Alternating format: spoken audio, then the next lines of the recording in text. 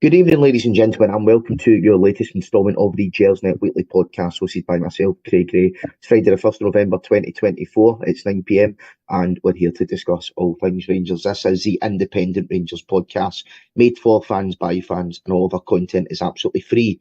You can get us over at gersnet.co.uk, where you'll see some nice articles and a wonderful history archive as well. And you can also follow us on Twitter at Gersnet Online.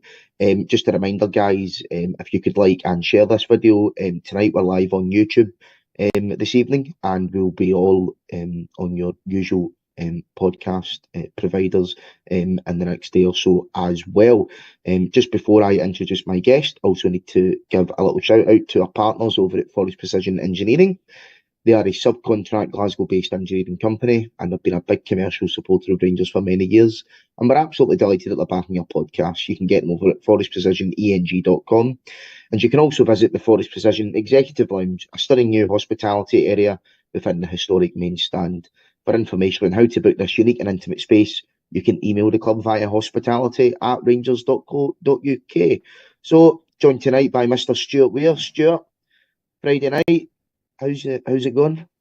Better than the other night did, that's for sure. Which wouldn't be difficult. That's you join me midway between two matches that we've been told are crucial to Rangers' season and crucial as well to Philippe Clement's career at Ibrox, and he's already fallen at the first hurdle. What befalls him come Sunday is going to be very, very interesting.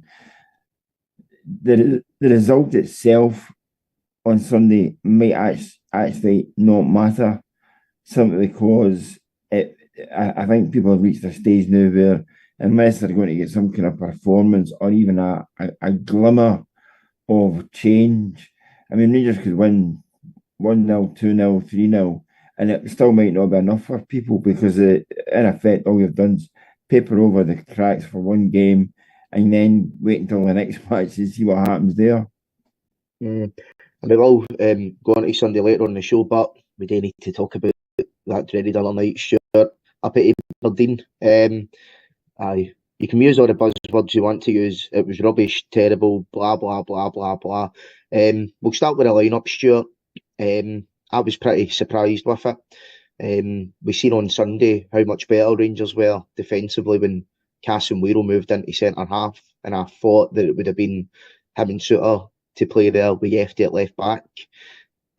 Obviously Chernley was injured, so that's fair enough, although it seems as though Clement will do anything that the medical staff tell him to do, or he's got a cold, so he's not going to be able to play. But that is what it is. But Yefty, that one for me was just, I couldn't understand him not playing.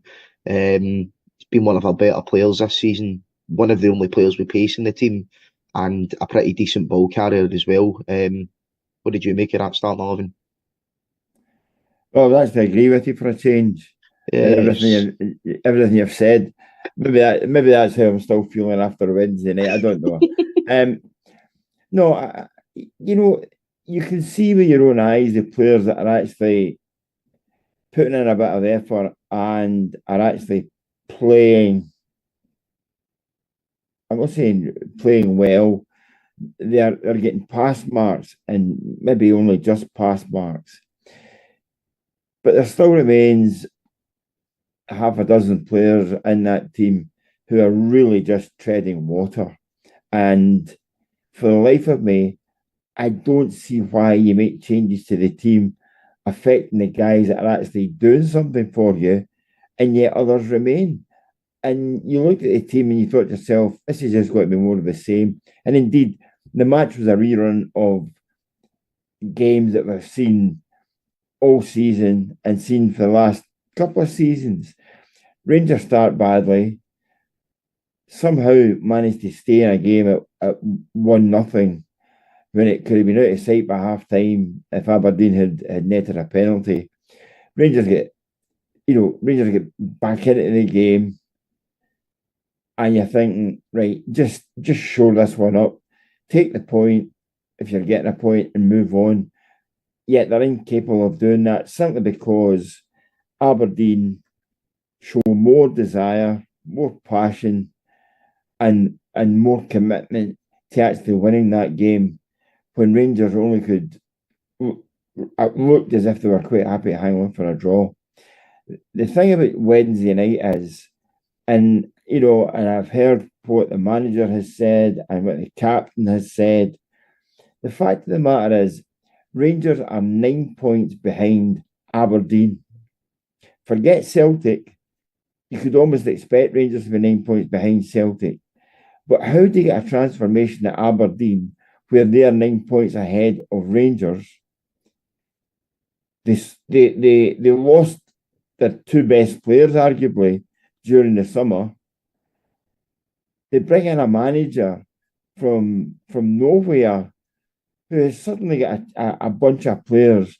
Man for man, you would have to say that Rangers, there's no evidence of it, but you would have to say that Rangers look as if they get better players than Aberdeen, and they cannot string a performance.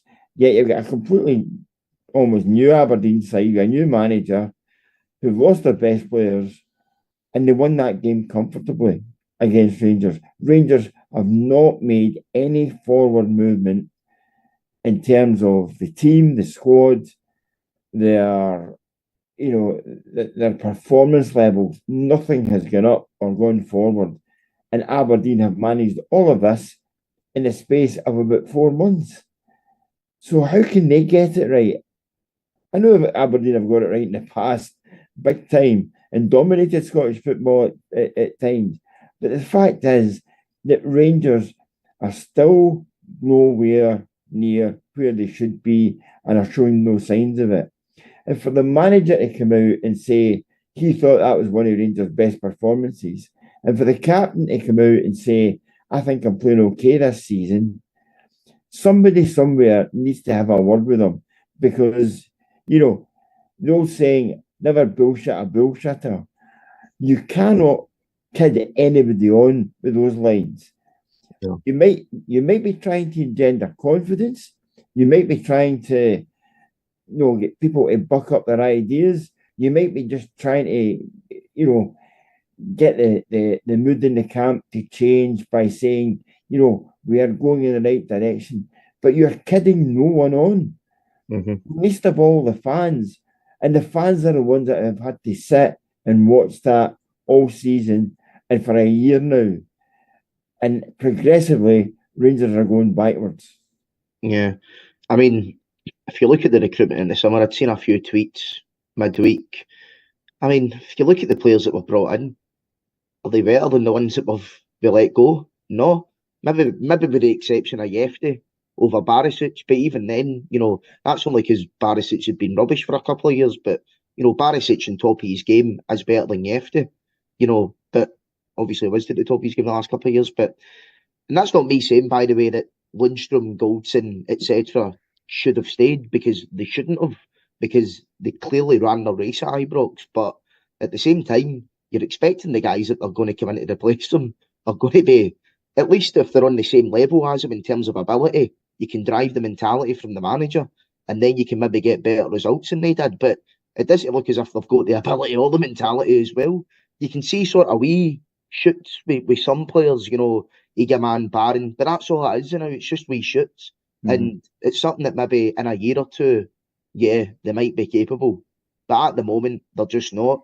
Guys like Proper, dropped for the game on Wednesday, rightfully. He's dreadful. I think Ben Davies is better than him, and that's saying something. So, I mean, the recruitment's been dreadful. And here's a thing that I've noticed recently, Stuart. See, when sort of club executives are speaking about the players and the football side of things, when they actually do, instead of just saying nothing. You would think they would always mention the manager, but they never really actually mention Clement. It's always, we want to put the best facilities in for Niels. We want Niels to do this. We want Niels to do that. They're all putting it all on Copin, basically, which is actually telling me that I don't think Clement is there as a manager. I think he's there as a sort of head coach. And at the moment, you've got to say, and certainly since that Motherwell game in March, his coaching's just not been up to it whatsoever. you look at the players who left the club, and I would say that their worst or their poorer performances were actually on a par with some of the better performances from the players that have actually come in. Now, that is a gulf or a gap or an adjustment that shouldn't be there. If Rangers players were not performing and have moved on, you would expect anybody coming in to better what they were producing. And that hasn't happened. And for the life of me, I do not see what the manager is saying. And above all else, and I am not alone here, I do not see his strategy or his game plan or his theory or his overall sort of oversight of how Rangers should play the game. You think by other managers that Rangers have had, and Van Bronckhorst was based on possession, and the fans didn't like it. Oh, he just playing a big horseshoe. Just now, I reckon the majority of fans would be quite happy to watch the ball going from one side all the way around the back four and back down the other side and go all the way back. Because that is better. That was poor, but it was better than what's happening just now because you don't have a clue what they're trying to do. And I say again, being disappointed at the result is one thing. Expecting that result is something totally different. And all we do is move on, another couple of days, and you go into a Sunday's game almost like feeling the exact same way as you went into the midweek game. Joking aside about Rangers having their end of season dance before Halloween and all the rest of it, this was a crucial week. It was flagged up as a crucial week. Did any of the players look as if they were playing for the jerseys or their future, or not at all, not at all. And that again just shows you the mediocrity within that squad, not just as players, but also I would say even more worryingly in terms of their mindset and their attitude, which just barely gets above stinking. Mm-hmm. I mean, attitude, that's a key word you've used there. I mean, there's too many people at Ibrox, not just players, but members of the executive that have maybe they've been there for too long. They're comfortable. They know they're going to get paid every week or every month or whatever. They're earning a good wage. They're probably not going to develop anymore as a player, and they're quite happy. This is their final destination, and they're comfortable with it. I never thought, or I didn't think, should I say, that I would have seen that and come on. But it's actually now, I'm now starting to see that in the sense that, see, when he speaks now, he doesn't seem like the type of guy that's under pressure and it's about to lose his job. It's almost as if he knows nobody's going to sack me here. I mean, who would be the person to sack him? Would it be John Gilligan? I mean, I don't know. He's supposedly only being charged for another couple of months. Can an interim chairman actually make that decision? We don't have a CEO. We're no closer to having one of them. Who would it be that actually makes this decision if that were to be the case? And there's been pictures around like, the Rangers board deciding Clemont's fate, and it's just pictures of a boardroom and every single member of the board is Clement, because that's almost what it seems like. It almost seems as if this guy is just answerable to himself. I think there's an element of what you say is certainly plausible. It's almost as if, forget the results. I still got another couple of months until the transfer window to actually do something. And if I get to the transfer window, he's speaking about the transfer window. This Rangers team, was supposed to be starting to fire on all cylinders come October. October is now past. There is no sign of it. He's now talking about the next transfer window. And by that time, he'll have all the players that he needs in the squad will have taken the shape that he wants. Really? he could get to January in the transfer window, and there's nobody there to sanction any of the moves. So is he just fobbing people off, or even kidding himself on that actually he's okay for the next couple of months? He has started to speak in the kind of riddles that managers who know they're jump up and down on top of the trapdoor start to speak in about. I mean, the line the other night there about the level, oh, it's one of the better performances. No, you're obviously watching something else, or you're obviously instructing your players to do something else. And because they tick the boxes that you want them to tick, you think that's good. When the actual reality is, they just won the races on Wednesday night. And I'm not saying he's given up. Why would you give up when you've got an extra year's money to take at the end of all of this? Exactly. But I just think he's talking away, and he's saying certain things that just don't ring true. And whether he's kidding himself on, or whether somebody's actually saying to him, listen, we know that we've got, we know that you're in a bit of trouble here, but we'll stick with you because in effect we can't get rid of you because there's no quorum here to actually get rid of you. I don't know, but he is fantasizing with some of the things that he's saying. No, I agree with you. I will say this. I do genuinely think that deep down Rangers fans are fair-minded. Deep down, after we do all our mental stuff. And I think most Rangers fans this year were accepting of the situation that the club as a whole were in and are still in. We knew, and people are saying it's a rebuild. This wasn't a rebuild this summer, it was a downsizing. That's what it was. And we knew we had to trim the wage bill and all that. And I felt sympathy for the manager for that. And it's fair enough. But so if you're behind Celtic, as much as we absolutely hate it, if we can see what he's trying to do and we're getting closer, we could at least maybe give him sort of pass marks just about to say, right, okay, we can see what you're trying to do. If we can get a wee bit more money for you to spend, I will eventually do it. Kind of similar with Gerrard. But you cannot go 9 points behind Aberdeen in October. You just can't do that. And it's getting to the point now where, I keep thinking that Aberdeen are going to fall off eventually. I mean, I thought Leicester City were going to fall off in 2016, and look what happened there. At the end of the day, it doesn't look as if we're going to get anywhere close to Aberdeen this year, never mind Celtic. I just see somebody pointing out there about finishing the match with 3 right backs on the chat there.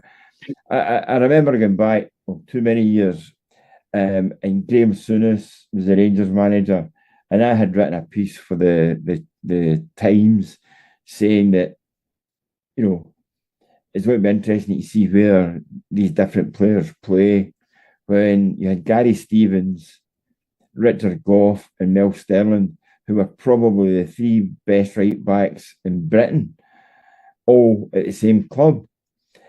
And soon as we tongue firmly planted in cheek, said, "So you think I should sign another right back to play in goals then?" Obviously I dig it. But he knew what was going to happen. Gough was going to play centre back. Gary Stevens was going to play at right back. Mel Sterling was going to be used as a kind of utility defensive midfielder, roaming right-sided wing half sort of type thing. And it worked. Rangers were in the same situation the other night there with the 3 right backs on the pitch. Did it look as if it was working? No, it looked almost like an act of desperation. Instead of taking one of them out of the equation, they just kept firing them on. And, the team looked unbalanced. But I think it says everything about the squad depth and the talent pool that you're actually fishing in, where you're able to play 3 right backs and still get more of a shift out of them than what you do some of the signings that you made during the summer.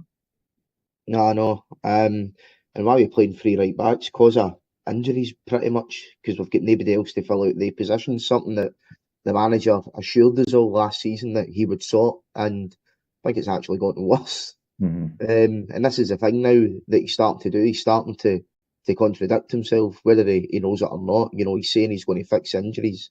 He hasn't done it. You know, he was saying you're going to see the best Rangers in October. He hasn't done it. And it just almost seems like every time he speaks, there's another excuse, there's another excuse, there's another excuse.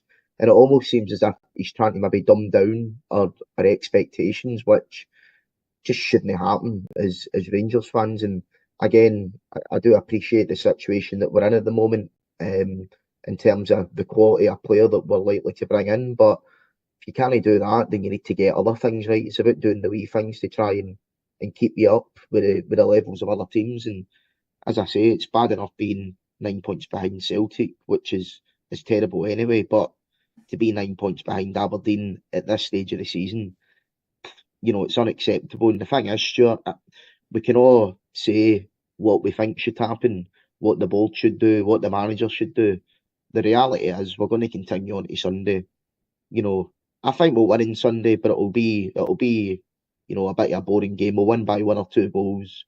You know, we might even get a result against Olympiacos next Thursday. Then Hearts will come to Ibrox next Sunday and beat us 1-0. There just seems to be a pattern with this team where, you know, they'll be good for 1 or 2 games.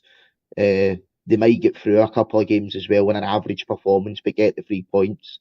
Then they'll be absolutely diabolical and they'll continue to drop more and more points. And it's something that's gone on for a number of years now. And you're talking about 3-4 different managers in that time. And it's just unacceptable. But it's just a continuing theme, really. But there's a lot of this. I would have to say that there is so much of this comes down to the players. I know. The players, you have to, first of all, be aware of your circumstances and your surroundings. And there's a bunch of players have been getting away with this. And people have been, you know, lapping it up. Oh, they've done this and they're doing to do this and the likes, and they're just not good enough. But not only are they not good enough in terms of their footballing abilities, their attitude stinks. And I saw a clip with Paul Lambert, basically saying it. You can be the best players in the world, and if the attitude's not right, you'll do nothing with them. You've got to have that attitude, and people will look at previous Rangers players and previous Rangers teams and managers and all the rest of it. And those Rangers players that were in those teams were great players, but their attitude was utterly phenomenal. It really was. To you know, and to pick yourself up for every single game. And this was at a time when Scottish football was a hell of a lot better than it is just now. And you really wonder where Rangers might be if some of the, you know, if there was a Hearts team kicking around that was there a couple of, you know, years ago, or a decent Motherwell team that was there a couple of years ago, or the likes, where Rangers might actually end up. This is as depressing and as, how can I say it, lacking in optimism as I think most Rangers fans would have been in the last 40 years. This is almost a throwback to the last days of John Gregg, who tried everything. Actually had more success than some of the managers that have been at Ibrox in terms of winning League Cups and Scottish Cups and the likes, and that wasn't good enough. And eventually he chucked it, you know. And you do wonder what the next roll of the dice for the next move is going to be managerially. But until I don't think it would matter who the manager was that came in. They would struggle to change the mindset of some of the players and individuals at Rangers, because some of them have come in for big money and been handed a big weekly wage, and they still get their weekly wage regardless of performance, or regardless of how many hours they spend on a treatment table, or regardless of how many games they play. And that is not the kind of player that you want at Rangers or at any club for that matter. Mm-hmm. Speaking of players and attitude, Stewart mentioned him earlier, the captain. In my opinion, at fault for Aberdeen's second goal on Wednesday. Just lazy, to be quite honest. And how many times have we seen that of him over the last 9 years? Right, he does what he does. He makes another mistake, but then in his press conference remarks earlier today, coming out and saying, "I think I've actually done fairly well. My goals have maybe dried up, but I'm." And then it's when he said, "I'm doing my best to stop letting in goals now." Is that almost as if like all my roles changed? So I've went for scoring and assisting all these goals. Now I'm actually going to be a defender. 2 days after giving up the goal that loses the game on Wednesday. The goals, for me, the goals and his contribution, you cannot knock it. It's been quite sensational. However, those goals glossed over his lack of defensive awareness, and not only that, it also basically gave him a pass to make mistakes and get away with it, because inevitably we probably scored the goal that won the game, and all his mistakes and errors would be forgotten about. He's now being exposed for how poor he is as a right back and as a defender. And the other night there, to make the mistake and then stand and watch the mistake that he made unravel and unfurl, and suddenly Aberdeen scoring from it. And the first thing you do is throw your hands up there as if somebody else should have been covering me. No. Yeah, you forget the point. He always points at somebody else. Aye. You should have made that mistake, and as quick as a flash, you should have been in there, try to rectify it, or try to get yourself into a position where if anything comes of it, you're there to make a block or there to make a tackle. Instead of that, he just stood. Mm-hmm. And you go down through the different matches in the last couple of seasons. How many times has Tavernier either made the mistake or, worst of all, is standing watching goals being scored? He's not even in the right position. Mm-hmm. Now, I know. He's not alone in all of that. Of course. But he seems to be. It seems to be that the managers have defended him. I don't think there's anybody defending him just now. And some of the things that he came out with at the press conference today, it just beggars belief. If you honestly think you're having a good game, you are not watching a rerun or a replay in the games that you're participating in. Otherwise, you might change your mind. Mm-hmm. Honestly, sure, feels like, and pardon my French, you've just taken the piss. That's what it feels like now. Somebody posted actually Alan McGregor's post-match interview. I don't know if you remember it, for the Hamilton Accies game a couple of seasons ago, where we played terribly. We went a goal up and then they equalised in the last minute. McGregor had an outstanding game. Like, he made some wonder saves as he does. But he's just been interviewed after the game. He's like, that I'm raging. And then the interviewer goes, "Do you maybe take pride in your own personal performance?" "No, I don't. I'd rather be rubbish and win." That's it. That's Rangers' mentality, to come out and sort of. And this is the thing that's annoyed me about Tav, is that it always seems to be about him first. And this is just a perception thing. It might be true, it might not be, but it's always about the individual awards. Look at that brilliant free kick that I scored. I'm in the Hall of Fame. I win this, that, and the next thing. Individual awards that nobody cares about. No football fan cares about. And, it might not just be him. It might be a new generation of footballers now, right? That they're obsessed with individual awards. You look at the Ballon d'Or last week, Vinicius Jr. coming out and basically making statements about it. It's like, who cares, mate? You won the Champions League and you scored the Champions League final. Surely that would be the thing that you're most concerned about, but it's the individual awards. So, aye, it might just be a modern day thing with modern day players, but, for me, it just seems to be about looking out for number one now, and it's just no captain material, in my opinion. I have never known a player at Rangers to supposedly be the success that he has been and not to be linked to another club. That's true. 9 years he's been there. He has won the same number of championships as Andy Dibble. You've not seen him linked with a big money move to a championship club like Derby or Plymouth or anywhere. Why? Because anybody looking at him knows he is not what you need for your team. He might score you a few goals, but ultimately he'll let you down. And he's not a defender that you can rely on. And a bit of me thinking, and I've seen comments, he's only got 6 months to hang on, he'll get a testimonial. Oh, really?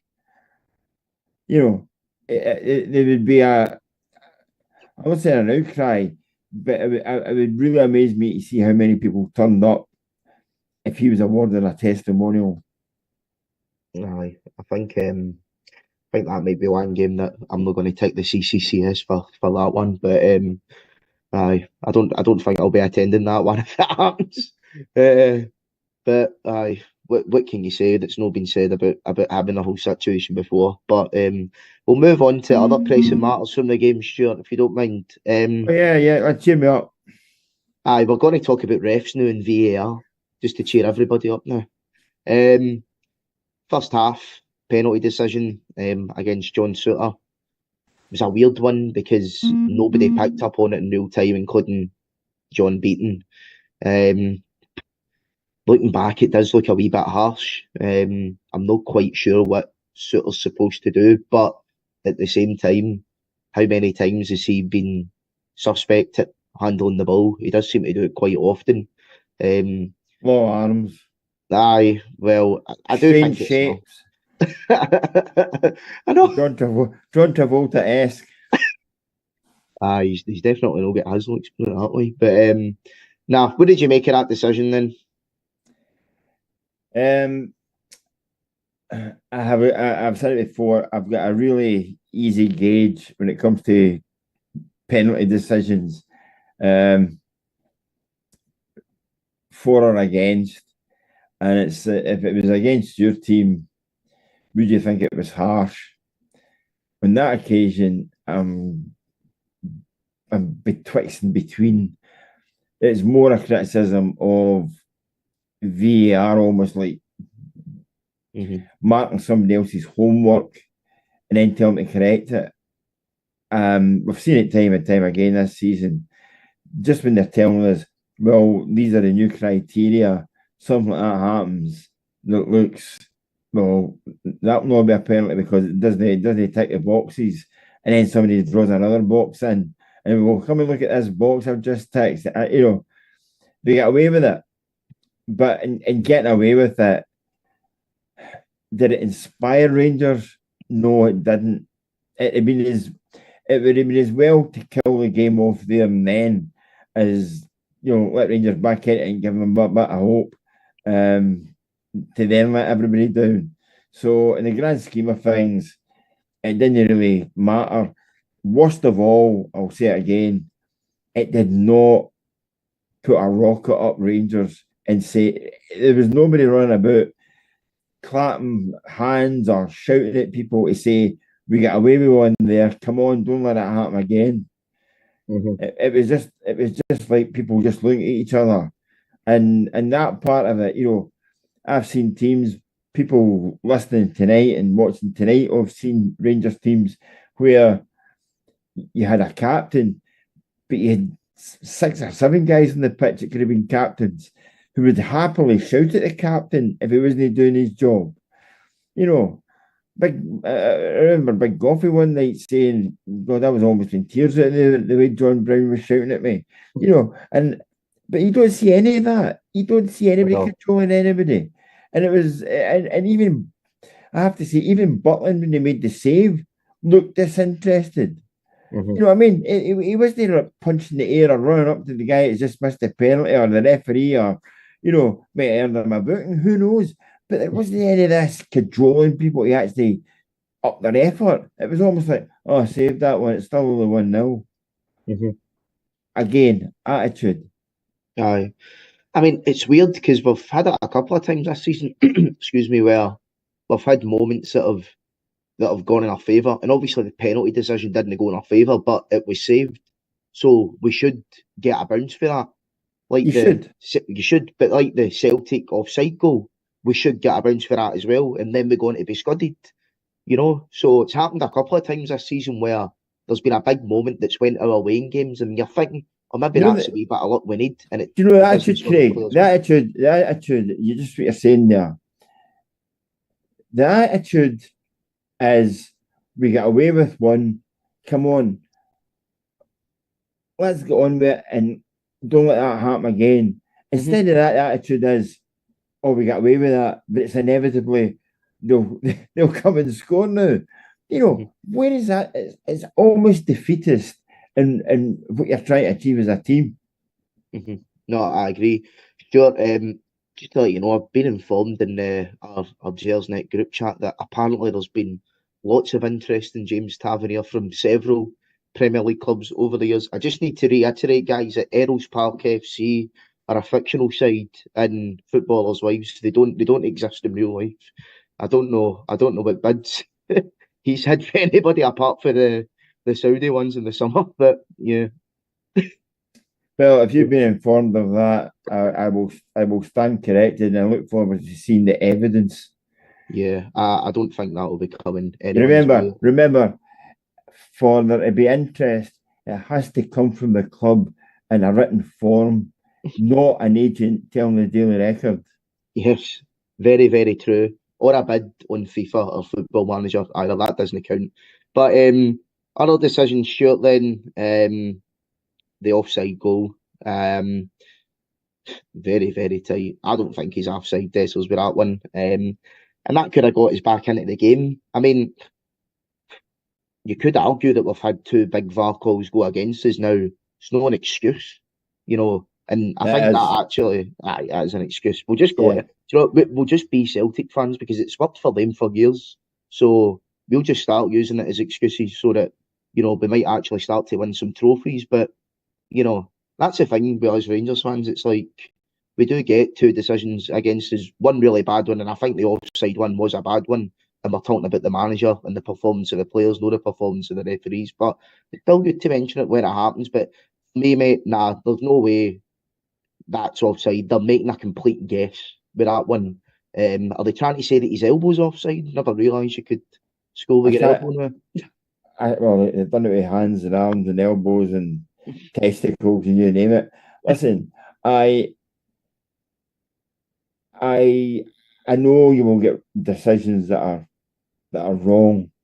However, you would have to say that there are too many either fans or indeed within that Rangers team who are looking to make excuses when decisions go against them, rather than take into account the 4 or 5 or 6 glorious opportunities they have to score under their own steam, when there would never have been any offside flag, when there would never have been any dubious challenge on a defender.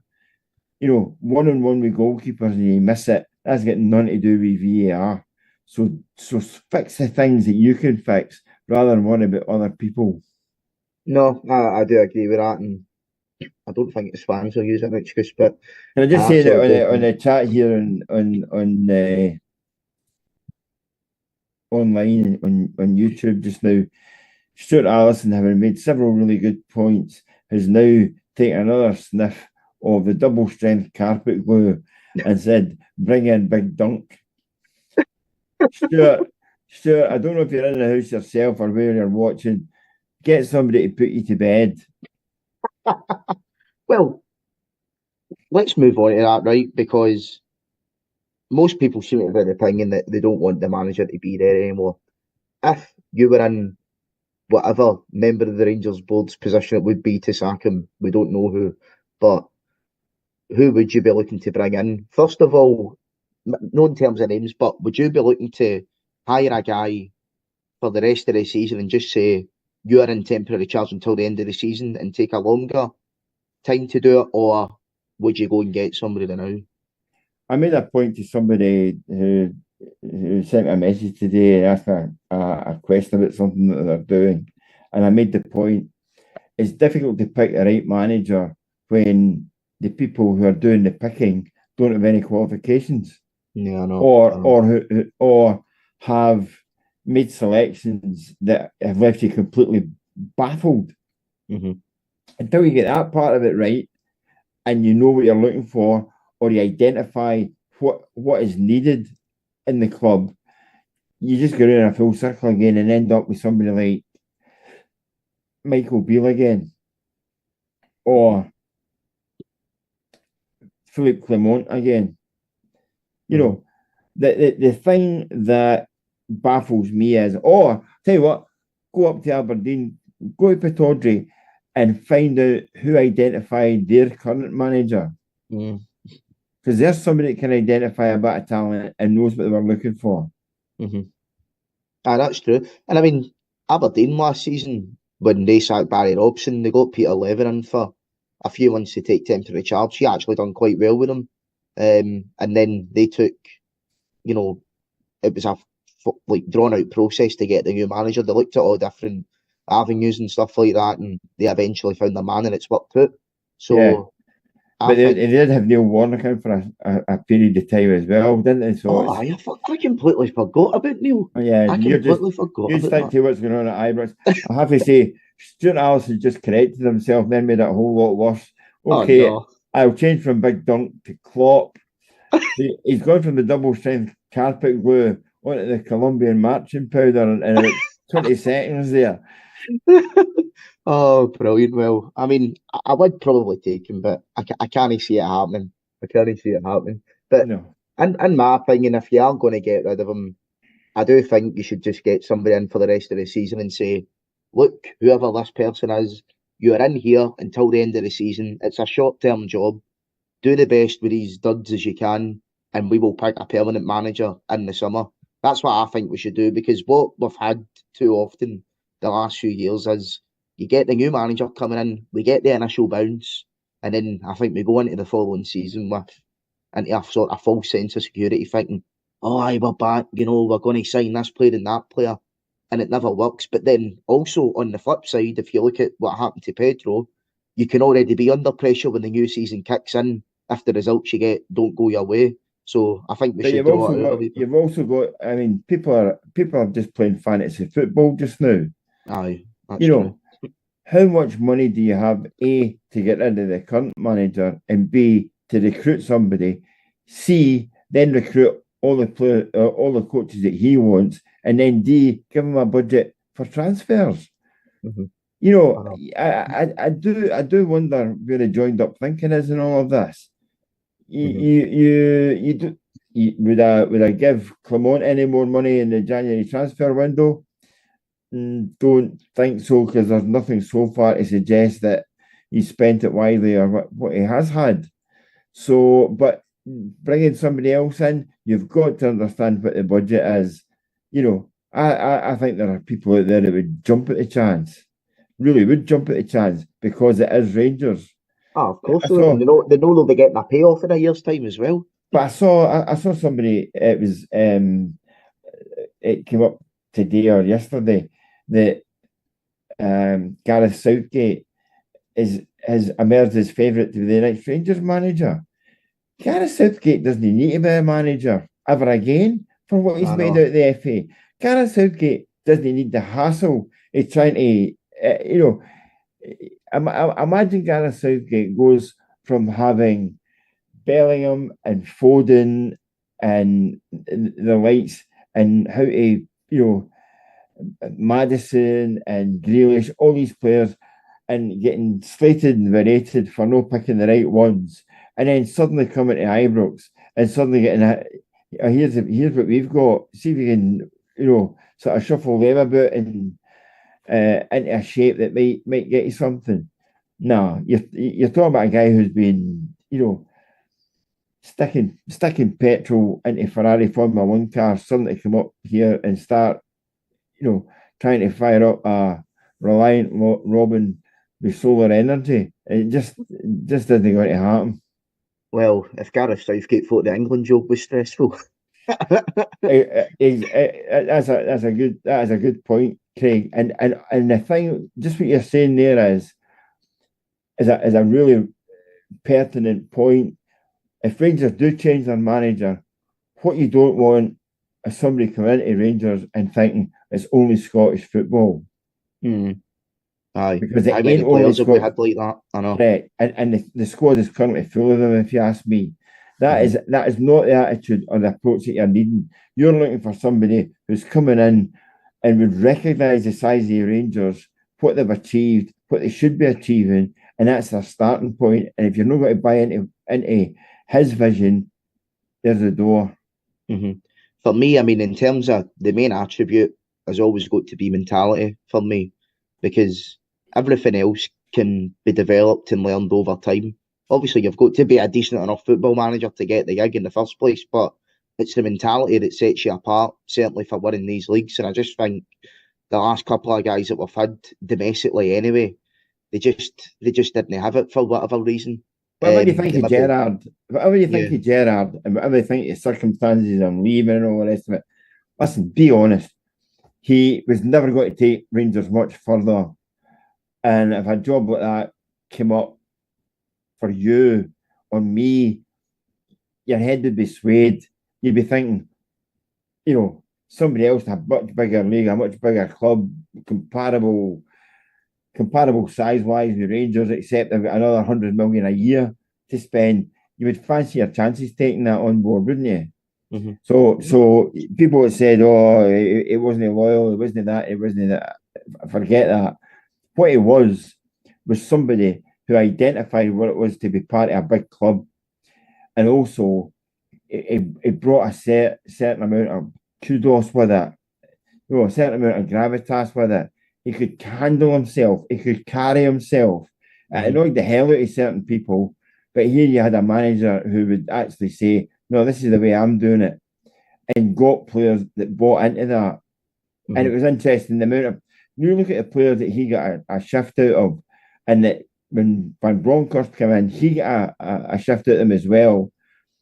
But once that sort of attitude of what the manager was showing wasn't there anymore to rub off on them, they went back a step or several steps. So you need somebody, a manager who is a big character and who can carry it off. Not give anybody a history lesson. That's exactly what Rangers did when they went to get Souness. They identified somebody that was going to drag them, the club, kicking and screaming into a position where they became winners again. I know, right? He had a bigger bank balance and a better scouting network and could identify the players that he wanted to sign because he'd been playing against them a couple of years before. But, that is a kind of manager that for me, that you have to be looking for. And I know they'll throw up some different names here, there, and everywhere. You just don't want to be swapping like for like again. I know. Would you bring Beale back as Gerrard's assistant? I just answer here. Derek, are Aston Villa really a bigger club than Rangers, Stewart? Yes, they are. Because they got a Champions League trophy that they won in 1982. And it doesn't matter how you think of Rangers, they don't. No, yet. You never know what the next 50 years will hold. Well, actually, I do know, because if Aston Villa make 150 million quid a year and Rangers are jumping with joy if they make 30, then you see that ain't going to happen in a while. What happen when I take over the club eventually in 50 years? Then we'll see. Then we'll see what happens. You're on the glue as well. If you're bringing Gerrard back, sure, you're going to bring Beale back as his assistant again. I think you learnt from that lesson as well. Right, let's talk about the game on Sunday. Sorry, just for somebody else here. No, not globally, but money-wise, aye. Globally, there are more Aston Villa fans in Thailand than there are Rangers fans. I could take you all over the world. You think there's a lot of Rangers fans out there? There are, but not as many as what there are with everybody watching the English Premier League. Are they actually fans, but or are they just people that are getting doesn't matter. They buy a subscription. They would just buy the strips. Would you buy any of the current Rangers strips? No. But that's because I'm a grown man and I don't buy football strips anymore. Sorry, Aston Villa don't have a Champions League trophy. They're a richer club. They don't have a European Cup trophy. Sorry, if you really want to be pedantic, then let's be pedantic. Stuart, we should bring him on and you two should just argue with each other next week. Nah, they're here. Right, the game on Sunday. Massive game, blah, blah, blah, blah, blah, all the cliches. Would Aston Villa beat Motherwell? Yeah. Listen, you said it Possibly. earlier on, Craig. If Rangers win 1-0 or 2-0, you'll take it simply because of the importance of the game. And it means you've got another day in the sun or another day under the floodlights or whatever the weather might be. And you might end up with some silverware at the end of all of this. Who knows? It's a strange world we live in sometimes. You know, we've seen Rangers teams that have not been performing in the league suddenly come up with cup success, although not recently, I have to say. But the fact of the matter is that it's a cup competition. These games are one-offs, and your sole purpose is to win it. It doesn't matter how pretty it is. It doesn't matter. You don't need a goal of the season to win it. You just need to win it. Exactly. And that's the thing. I mean, it's going to take a lot for the manager to turn the fans back round here, but the only way you can do that is by winning trophies. And, you know, the likelihood is if we do beat Motherwell on Sunday, we're probably going to need to face Celtic in that final. And whilst you're going in, but you would go into that game with a bit of trepidation, at the same time, it's an opportunity to finally get a win over them, and you never know what that could start. So, aye. In terms of team news then, Stuart, would you drop Tav? Would I drop him? Only from a great height and a couple of years ago. I don't think Rangers have got the resources to drop him, and that's a worrying thing. I know. Nah, I mean, I'm going to say it, but I mean, it will be interesting to see what happens because we can't predict any of Philip Clement's lineups. But I think that'll be a good way to finish up there. Guys, we'll be back on Sunday. It'll be Rob, Alec and Alan on Sunday to review the Motherwell game and preview a European trip to Greece next Thursday, where we take on Olympiacos. So, Stuart, thanks very much for joining me this Friday night. I wouldn't be doing anything else, trust me. Oh, of course. Thanks to the guests at home, guys. If you're away to Hampden on Sunday, enjoy it. Hopefully we can get the result, and we'll see you all soon. Bye-bye.